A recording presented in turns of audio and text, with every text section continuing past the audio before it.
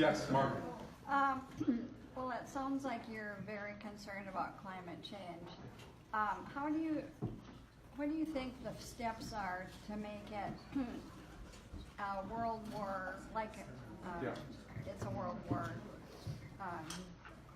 working towards that to solve it? Yeah, so Margaret's question was, how do you elevate climate, to the most imminent crises that we face? So first thing that I would do if I was president is put us back in the Paris Climate Agreement.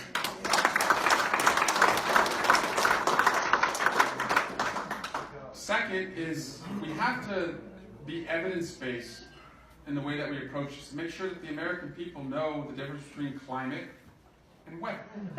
Which the president today tries to confuse us over every time there's a hot day in January or a cold day in June. But third, I believe that the best thing we can do, as I said, to make this transition, in addition to working with our allies, is through investments in communities, connecting the disconnected, tying it to jobs, so that we don't have people saying that climate change is a job killer. That's going to be the hardest part about this, and we have to make that investment, and I believe the return on the investment is a cleaner, greener economy, but people who have careers that they can count on. Yes.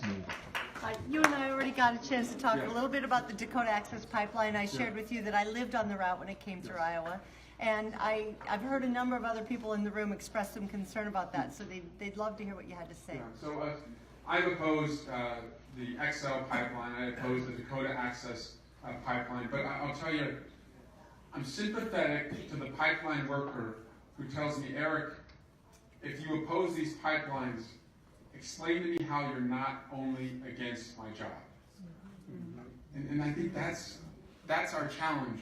And that's why I say a wage and skill guarantee, that as we transition workers to cleaner, greener jobs, we need to make sure that they have access to the skills and a paycheck that they can still count on. Because if we don't do that, we're going to lose them. And again, this debate will become toxic because it'll be defined as just job killing. As president, I would not devote a single federal dollar to allow the pipeline to continue, but I would devote a lot more federal dollars to the Environmental Protection Agency to understand what's happening with the pipelines, to make sure that the ones already in place are safe and that they're not polluting the air and the water around them. But I would not support any further pipelines like that because of what it does to our environment. And it's just a step backward for the greatest crisis, I think, as Margaret pointed out, of our time. Well, I hope if we have a victory in our Supreme Court case in Iowa against that pipeline, that would create some jobs to take it out.